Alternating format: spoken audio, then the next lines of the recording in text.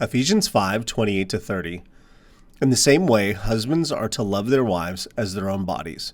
He who loves his wife loves himself. For no one ever hates his own flesh, but provides and cares for it, just as Christ does the church, since we are members of his body. The first word we're going to look at is in the same way. In the previous verses, we can look at it. In the previous verses, it talked about how Jesus cared for the church and presented the church for himself, or sets aside the church for himself. That's what's being brought out here. In the same way Jesus does for the church, husbands are to love their wives as their own bodies. The other phrase we're going to look at is as their own bodies. It's not like as good as your own body. It's like, well, I take care of myself and I give myself, grass-fed beef and, organic coffee. That's not what it's talking about.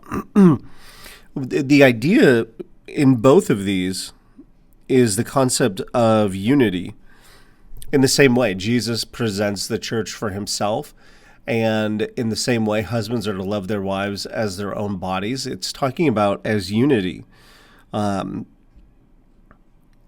It's because they're a part of the same unity, or the same unit, that there's supposed to be this treatment. It says husbands are to love their wives as their own bodies. He who loves his wife loves himself. It's like, okay, if I take care of my spouse, I'm indirectly taking care of myself. If I treat her well, I'm going to win. I'm not going to neglect. I'm going to pour into that. And not that this is the specific reason, but there is a return indirectly by treating her well, by not neglecting her. Verse 29, it says, no one ever hates his own flesh, but provides and cares for it. The idea, this is hilarious. The idea, we're using the same color. Let's do this. The idea is nobody in their right mind would ever hate their own body. We would feed ourselves, we would clothe ourselves, we would brush our teeth. It says no one ever hates his own flesh, but provides and cares for it. No spouse, specifically here, no husband in their right mind would neglect or mistreat their spouse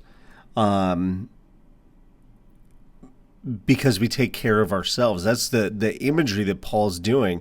This is just as Christ does for the church. Jesus takes care of the church. And this here, where it says just as, this is why God is so protective of marriage and the way he designed it and set it up, because it's a direct reflection of the believer's relationship with him. He's not so protective and so restrictive with marriage because he's crazy or mean. It's because he says, hey, this is the perfect way I can explain my relationship with the believer. This is just as Christ does for the church, or just as Jesus does for the individual believer. We're all members of his body. And this is the description of marriage. It says, since we are members of his body, he created it. He set it aside.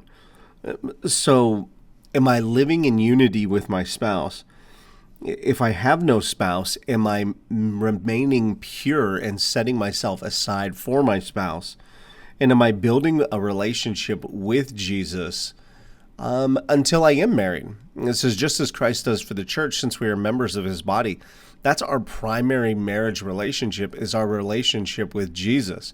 And prior to being married, and in order to have a successful marriage, it is 100% about our relationship with Jesus. So, am I taking care of my relationship with Jesus? And if I am married, am I taking care of my relationship with my spouse?